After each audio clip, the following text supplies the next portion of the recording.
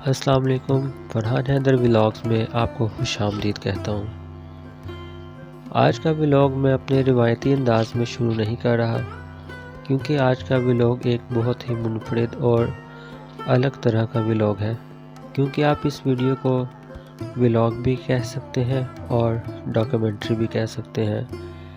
آج ہم شروع کر رہے ہیں دہلی گیٹ کی ولاگ کی سیریز۔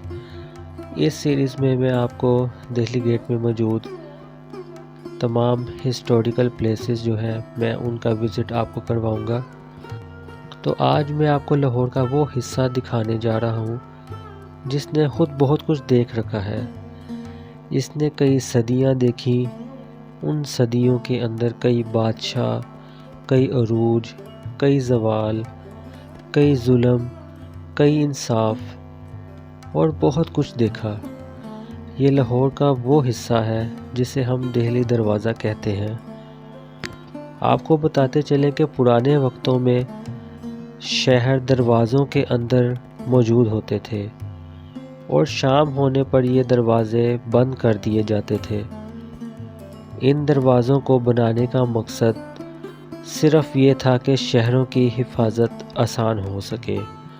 کبھی لاہور شہر بھی اسی طرح دروازوں میں موجود ہوتا تھا۔ لاہور شہر میں داخل ہونے کے لیے کل 13 دروازے تھے، جن میں سے تو کچھ منہدم ہو گئے اور کچھ سلامت ہیں۔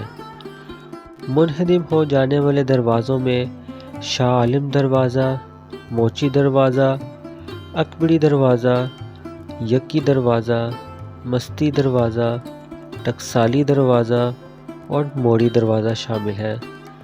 لیکن دوسری طرف بھاٹی دروازہ، کشمیری دروازہ، شیراں دروازہ، دہلی دروازہ اور لوہاری دروازہ اور روشنائی دروازہ یہ آج بھی اپنی پہچان سلامت رکھتے ہیں۔ اگرچہ ان میں سے بھی کچھ دروازوں کو دوبارہ تعمیر کیا گیا، لیکن ان سب دروازوں میں سے سب سے زیادہ منفرد دروازہ اور اہم دروازہ دہلی دروازہ ہے، جس کا آج ہم آپ کو وزٹ کروا رہے ہیں۔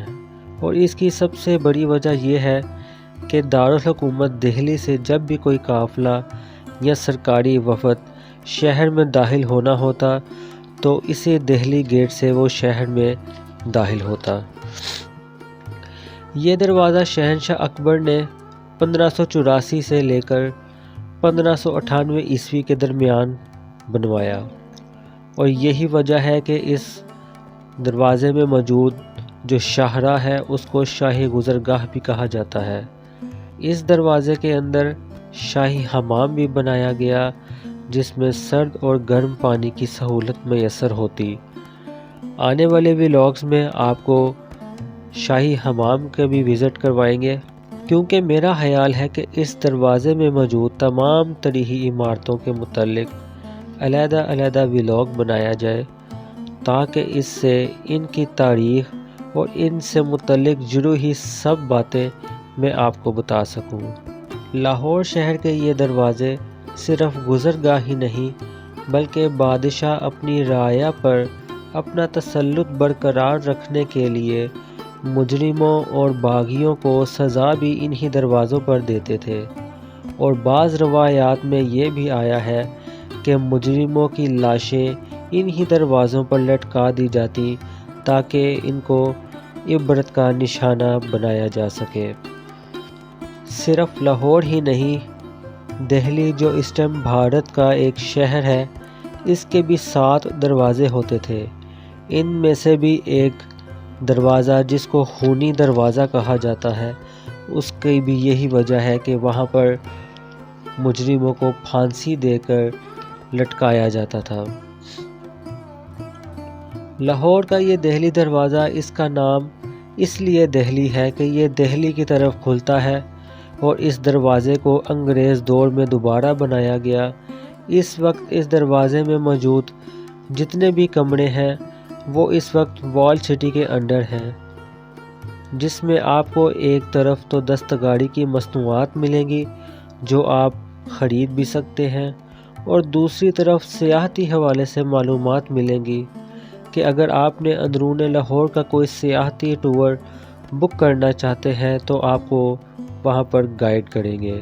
جب آپ اس دروازے کے اندر داخل ہوں گے تو آپ کو بہت سی تاریخی عمارتیں دیکھنے کو ملیں گی، جیسے شاہی حمام، مسجد وزیر خان، سنہری مسجد سہر فہرست ہیں۔ اور اس دروازے میں حویلیاں بھی بہت سی ہیں، جیسے حویلی میاں سلطان، حویلی شمشیر سنگھ، حویلی دینا ناتھ، یہ بھی سہر فہرست ہیں، اور ان حویلیوں کی ایک الگ الگ داستان ہے۔